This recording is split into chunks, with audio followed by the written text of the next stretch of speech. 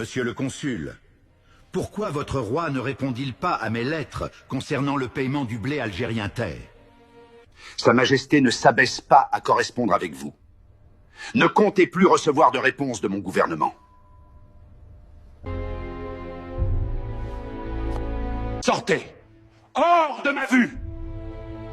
Cet outrage à la France ne restera pas impuni. En envahissant Alger en 1830, la France n'avait plus à payer sa dette puisque le bey était renversé grâce à l'éventail. 1830. En quelques jours, 3 siècles d'autorité ottomane s'évaporent. Les beys s'enfuient. Le chaos s'installe. Imaginez un pays sans toit, sans boussole, où chaque tribu redevient une île isolée face à l'orage qui arrive par la mer.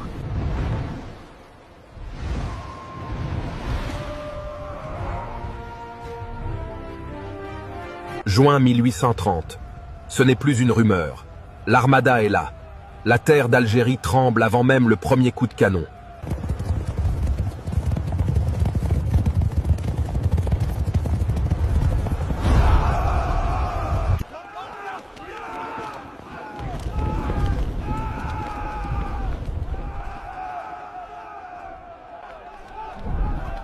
Quand l'Empire s'est brisé, le ciel s'est obscurci.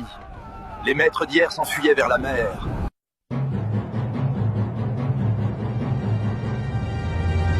Le 14 juin 1830, les Français débarquent. Les Ottomans ont échoué militairement parce qu'ils ne s'étaient pas modernisés.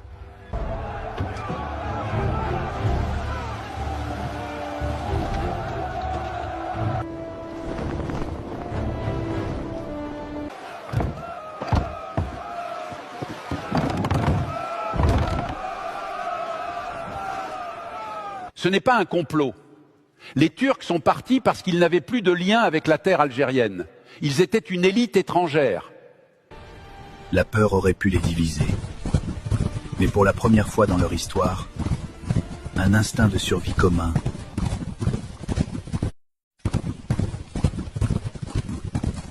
Rassemblez-vous, Sonnel!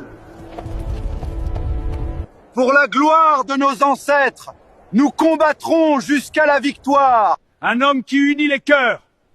Nous ne trouverons pas meilleur que Sidi Miadien. C'est lui qui doit nous guider. Aujourd'hui, l'histoire s'écrit de une seule et même plume. Des sommets du Djurdjura aux sables dorés du Hogar. Toi seul peux unir nos fusils. Commande-nous et nous marcherons jusqu'à la mer. Je suis un homme de prière, pas un homme de trône. Mes mains sont faites pour le chapelet et mes jambes sont trop lasses pour les longues chevauchées.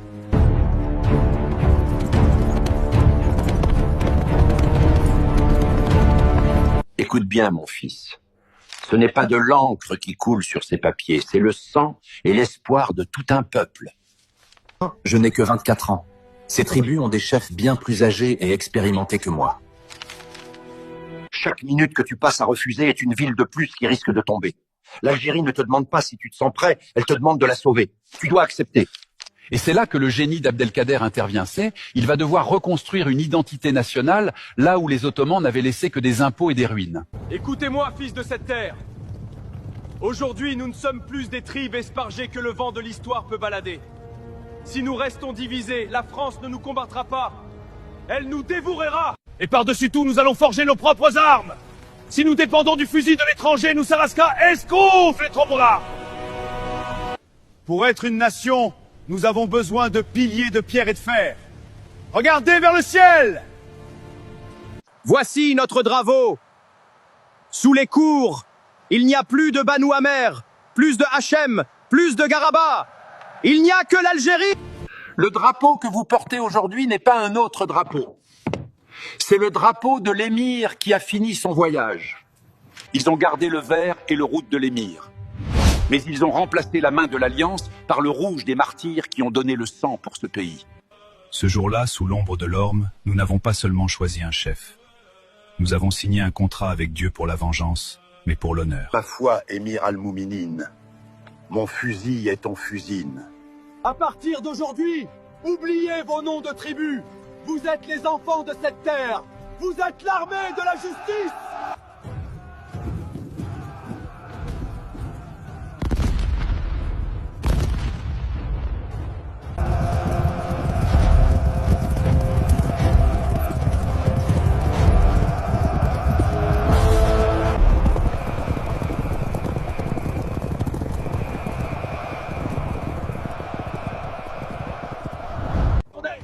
J'attendais qu'il soit au cœur du piège. La montagne est notre allié. Elle ne pardonne pas aux envahisseurs.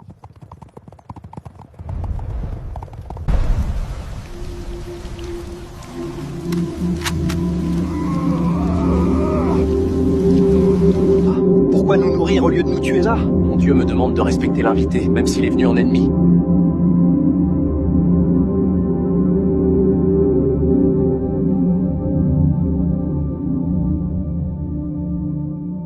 Imaginez la scène.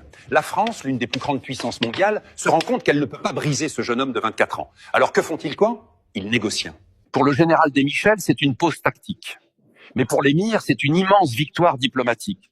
La reconnaissance officielle de son État. Le gouvernement français, recomptez votre autorité sur toutes les tribus de l'Ouest, d'Oran à la frontière marocaine.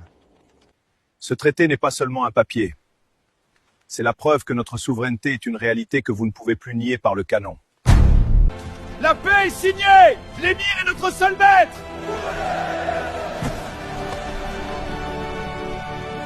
Il construit, il structure, il prépare l'Algérie de demain. Il devient aux yeux du monde non plus un rebelle, mais un chef. Si 1834 était une reconnaissance, 1837 est le sommet. L'émir Abdelkader n'est plus seulement un chef de résistance. Le général Bugeaud a dû s'incliner.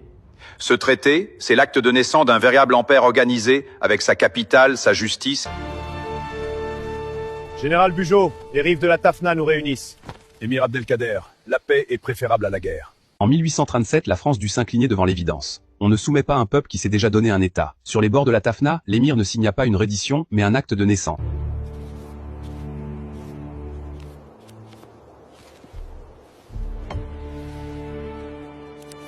Une armée sans administration est un feu qui consume tout. Pour battre une puissance moderne, nous devons devenir plus modernes qu'elle. C'est l'instant où la France a dû admettre qu'elle ne faisait pas face à un simple chef de tribu, mais au souverain des 2/3 de l'Algérie.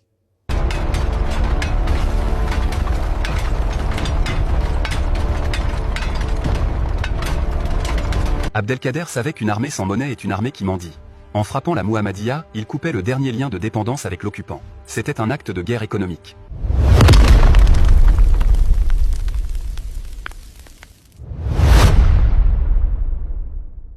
Ce n'était pas seulement de l'argent, c'était la preuve que l'État algérien existait juridiquement.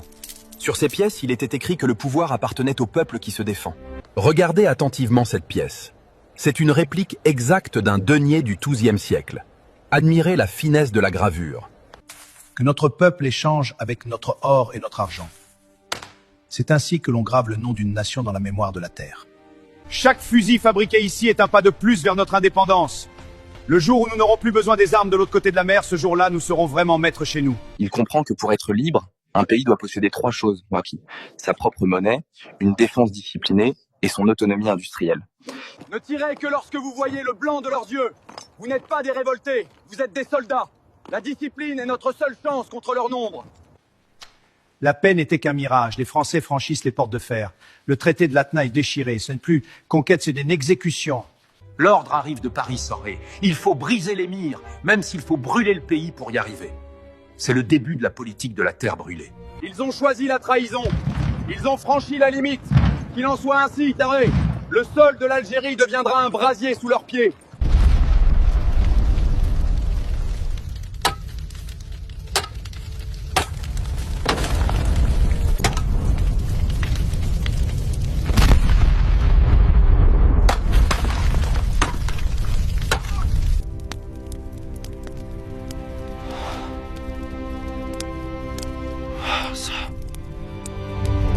« 1839 marque la fin de l'illusion.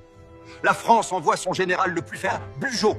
À partir de cet instant, mes enfants, chaque pas de l'émir sera une marche vers l'impossible. C'est ici que l'homme devient une légende et que la souffrance devient une patrie. Jusqu'ici, l'émir avait une capitale, des villes, des forges. Mais Bugeaud a tout détruit. Alors Abdelkader a inventé quelque chose d'unique au monde, la Smala. Une ville de tentes, une capitale nomade qui se déplace avec 30 000 âmes. Bismillahirrahmanirrahim. Alhamdulillahi Rabbil Alamin. Mais le 16 mai, l'impensable se produit. Chargez! En avant! Aux armes, ils sont là. Courez! Vite! Chargez! En avant! Défendez le camp. Protégez les enfants. Ce n'est pas une bataille rangée. C'est une rafle. La bibliothèque de l'émir, son trésor, les familles de ses lieutenants, tout tombe aux mains de l'ennemi. Dès ce soir, nous ne sommes plus un État qui se défend. Nous sommes le vent. Nous sommes la nuit. Nous sommes la guérilla. La chute de l'Asmala aurait dû achever l'émir. N'importe quel autre roi aurait abdiqué. Mais pas lui. C'est ici que commence la période la plus incroyable de sa vie. Sans toit, sans ville, sans trésor, il va harceler la plus grande armée d'Europe pendant encore 4 ans. Il devient insaisissable. Le lion du désert est né. S'adendons à ses officiers. Ils veulent une guerre totale. Ils auront une nation qui ne dorme jamais.